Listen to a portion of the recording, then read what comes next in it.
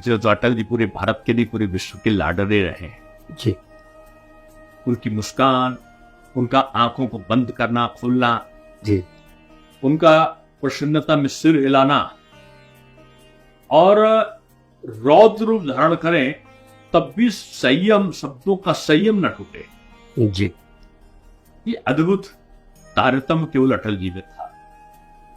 और मैं समझता हूं कि अटल जी,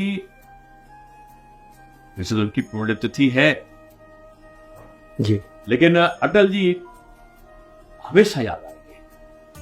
और जब जब राजनीति में शुचिता की, पारदर्शिता की, बीजेपी में कार्यकर्ताओं के स्नेह और समन्वय की, पुराने कार्यकर्ताओं के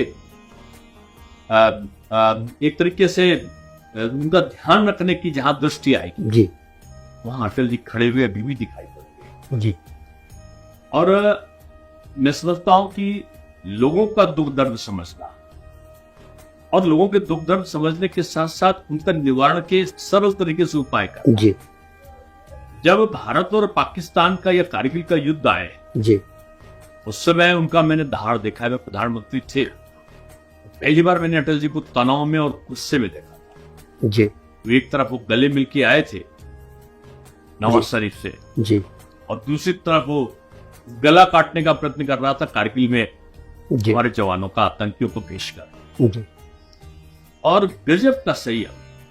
अटल जी लखनऊ में थे उस दिन, और लखनऊ में रहते हुए उन्होंने ये निश्चय किया कि मैं कारगिल जाऊंगा। कारगिल के उस स्थान पर जहां पर बम, एक दो दिन पहले बम वहां पड़ा था। जी तो अटल जी को तमाम लोगों ने मना किया कि अटल जी आप मत जाइए। जी उनका मैं सैनिकों के बीच में उनका उत्साह बढ़ाने के लिए जाता। जी मेरा सैनिक लड़ रहा है, उसको खतरा नहीं है क्या?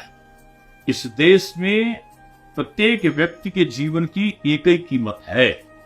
इसे अटल जी ने बोला, अगर लोग चुप हो गए। अटल जी पहुंचे, उससे पहले जहां पे कार्यक्रम होना था वो मंच बम से उड़ चुका था, आपको पता होगा। जी लेकिन उससे थोड़ी दूर पे फिर अटल जी ने अपना कार्यक्रम को स्थगित नहीं किया। मुझे याद है कि एक वीर सैनिक ने, उत्तर प्रदेश का जो था, जी उसने बाद में वो शहीद हो गया।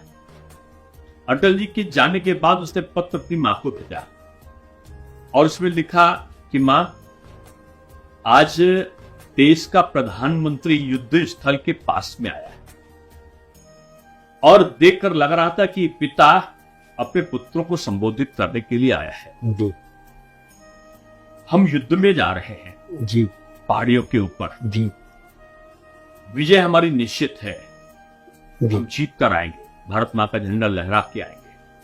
लेकिन हो सकता है भारत मां अपने लाडले को अपने में अंगीकार कर ले और जीवित अवस्था में मेरा शरीर वापस ना लौटे। लेकिन एक चीज याद रखना कि जब तक इस देश का प्रधानमंत्री अटल जी ऐसा होगा, किसी भी जवान को किसी भी स्तर पर जीतने में कोई कठिनाई नहीं आएगी। जी अटल जी प्रेरणा के पुंज थे। शुचिता, पारदर्शिता, निष्पक्षता और दूरदृष्टि उनके विचारों में भी, उनके क्रिया और कर्म में भी।